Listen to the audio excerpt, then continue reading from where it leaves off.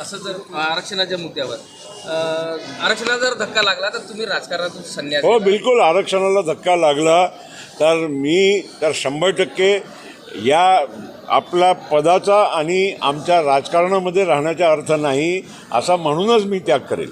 कारण या देशामध्ये आरक्षण संविधानमध्ये डॉक्टर बाबासाहेब आंबेडकरांनी दिलेलं आहे. त्या आरक्षणाला कोणी धक्का लावू शकत नाही. संविधानचा मूळ ढाचा कोणी बदलू शकत नाही. हे 13 मेंबर आमच्या सुप्रीम कोर्टचे बसून त्यांनी केशवानंद भारतीमध्ये त्यांनी हे जजमेंट दिलेलं आहे. आणि परत हे लोक असा म्हणजे उगीचच या लोकसभेच्या इलेक्शनमध्ये अपप्रचार एवढा झाला, लोक बळी पडले. पण आता लोकांच्या लक्षात आलेलं आहे आणि अजूनही आमच्यासारख्यांनी अनेक लोक जे कोणी या संविधानच्या शपथ आम्ही घेऊन संसदेमध्ये बसलेले आहो असं कधीही होऊ देणार नाही.